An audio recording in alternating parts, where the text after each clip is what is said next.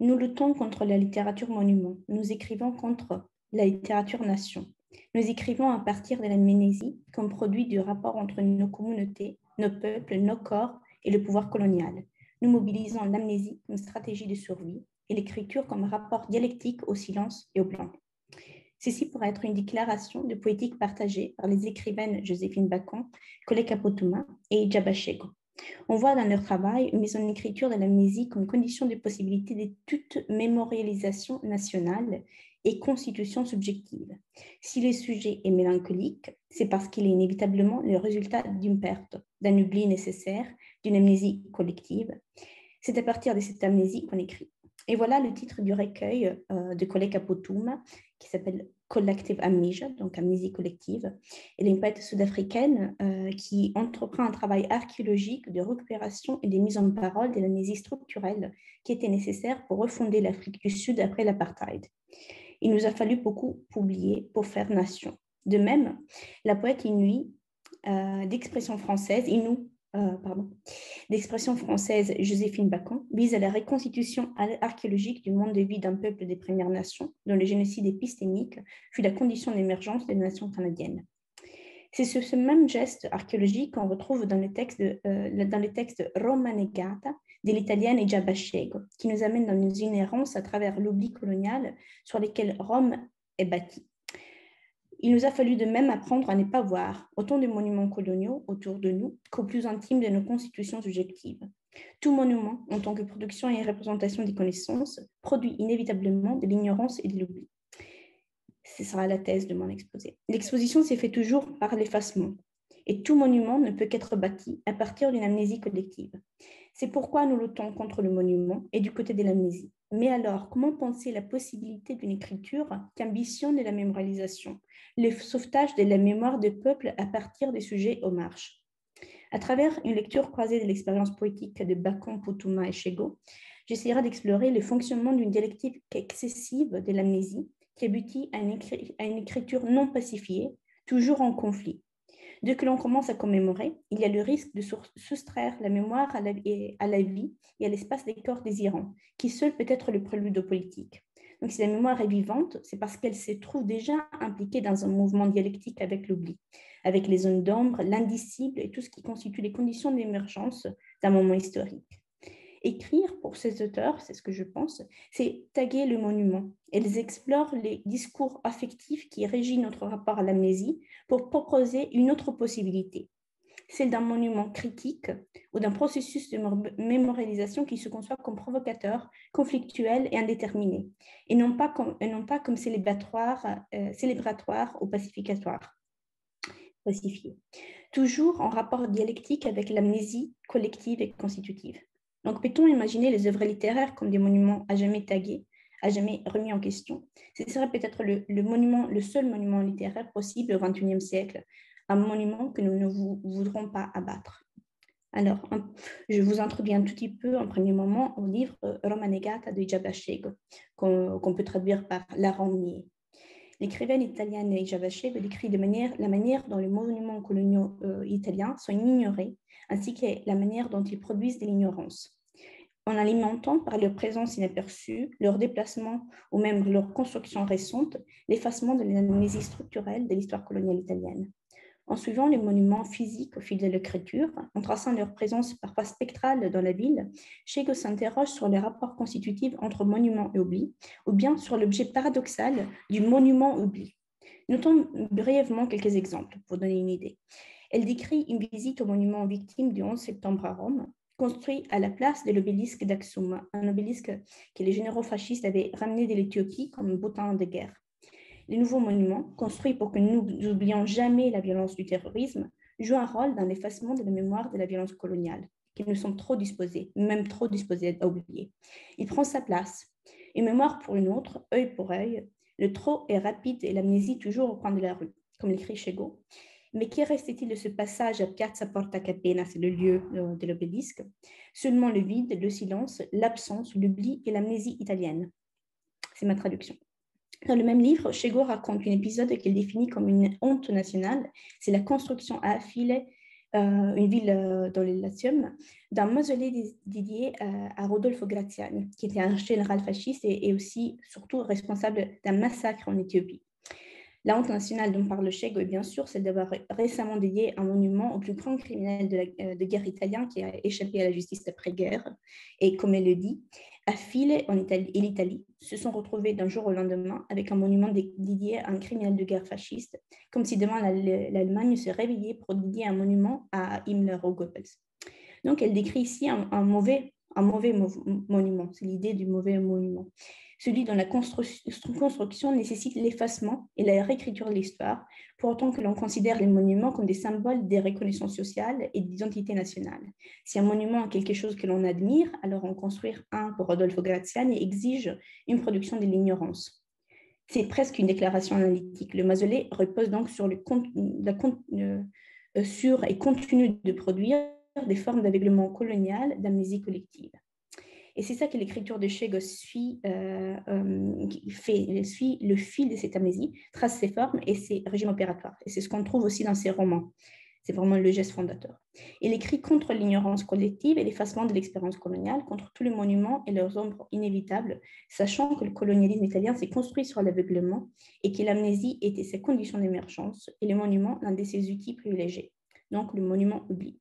On retrouve ce thème chez Collega Putuma, et donc vous avez le poème devant vous. Dans son recueil de 2017, Collective Amnesia, où elle explore la relation de son pays avec le silence, l'amnésie et le négationnisme au regard de l'histoire complexe du colonialisme et de l'apartheid et de leurs relations. Elle étudie comment le sujet, et plus particulièrement une femme noire queer, se constitue dans de tels espaces amnésiaques. Sa poétique tente de dévoiler les silences qui fondent le moi, le soi, explorant la dialectique entre le déni et la violence dans une société traumatisée. Alors, je vous propose de nous concentrer sur un poème d'amour, disons, qui s'appelle 1994, A Love Poem, un poème d'amour, où Putuma dévoile à travers un geste poétique minutieux la constitution de l'ignorance blanche et l'amnésie structurelle qui ont résulté de la commémoration de Nelson Mandela. Donc, le poème commence par un désir ambigu. Je vous le lis en anglais, je peux vous proposer une traduction après. I want someone who is going to look at me and love me the way that white people look at and love Mandela. Someone who is going to hold on to my memory the way that white people hold on to Mandela's legacy. Donc, je veux quelqu'un qui me regardera et m'aimera comme les Blancs regardent et aiment Mandela. Quelqu'un qui va garder ma mémoire comme les Blancs gardent l'héritage de Mandela. Donc, voici la première trahison de la mémorialisation, c'est qu'on attendait, c'est que la mémorialisation sacralise les personnages historiques et laisse les gens derrière elles.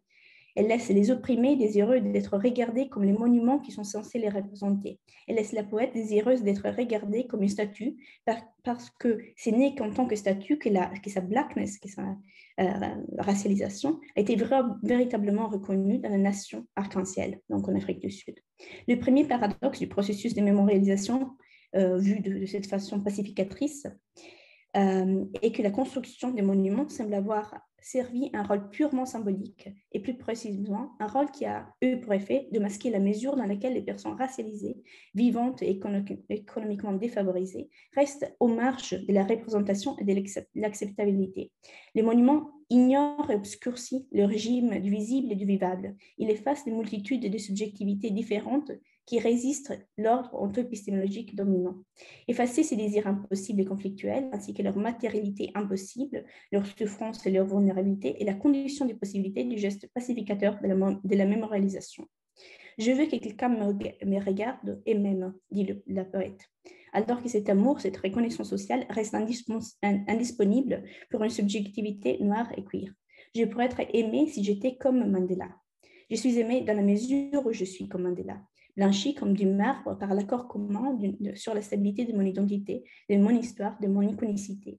Je suis aimable dans la mesure où je suis pacifiée et non controversée, comme une statue. Je peux être aimée à la condition de ne pas être vraiment connue, à la condition de me construire dans l'amnésie et donc dans le manque. Pourtant, ce n'est qu'une première trahison attendue. La condition immanente à la mémorialisation la contradiction immanente à la mémorialisation ne s'arrête pas là.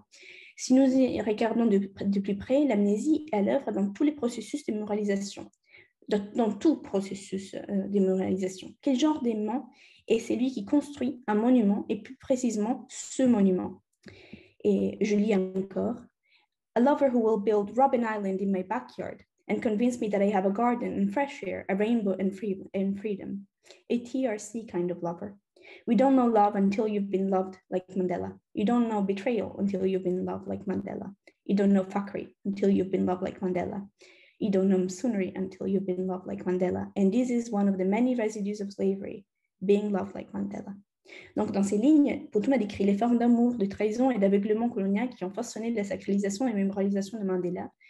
Donc, représenté sous chaque bannière, terminal de report et porte-clés, Mandela est rapidement devenu le symbole de la pacification de l'Afrique du Sud post-apartheid, promettant l'horizon blanchi d'une nation post-raciale.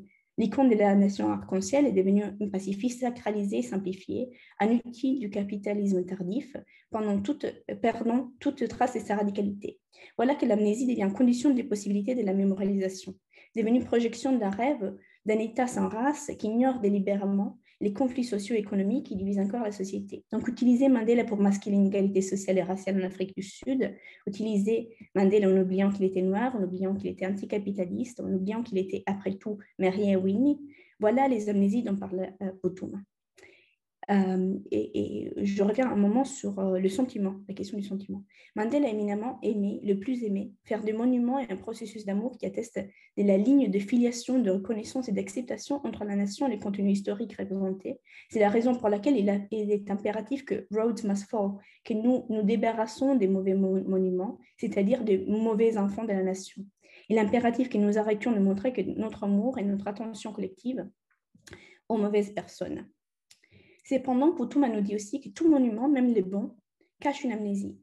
Mandela est le plus aimé. En effet, vous ne connaissez pas l'amour tant que vous n'avez pas été comme Mandela. Mais cet amour implique de profonds actes de trahison qui requièrent l'amnésie et la méconnaissance. Donc, le poème de Putuma dévoile aussi l'une des conditions de possibilité du monument. Pour gagner le droit de se dresser, un monument doit être le résultat d'un contrat social considéré sans dissension comme représentatif des valeurs stables et sûres. On voudrait que le monument soit une panacée et serait donc fondamentalement pacificateur. Et pour l'être, il doit tuer le personnage historique qui représente, le modeler à une représentation fixe. Ce que le poème révèle, en d'autres termes, c'est le régime affectif qui régit la mémorisation, tout comme l'amnésie, c'est-à-dire l'amour. Nous commémorons ce que nous aimons en tant que société et en tant que nation. Nous construisons des monuments à ceux qui sont aimables, à ceux dont l'image peut être construite comme aimable, traçant ainsi la ligne entre ceux qu'on peut aimer et ceux qu'on ne peut pas. On oublie ceux qui tombent dans le non-aimable. Dernier moment de mon exposé. Mais revenons encore une fois sur le désir de mémoire, parce qu'en fait, on n'est pas satisfait avec cette déconstruction, on ne veut pas céder à l'amnésie. I want someone to love me, dit Putuma. Je rêve d'un seul récit, lui répond Joséphine Bacon. Suivre le fil de l'amnésie sans jamais s'y rendre.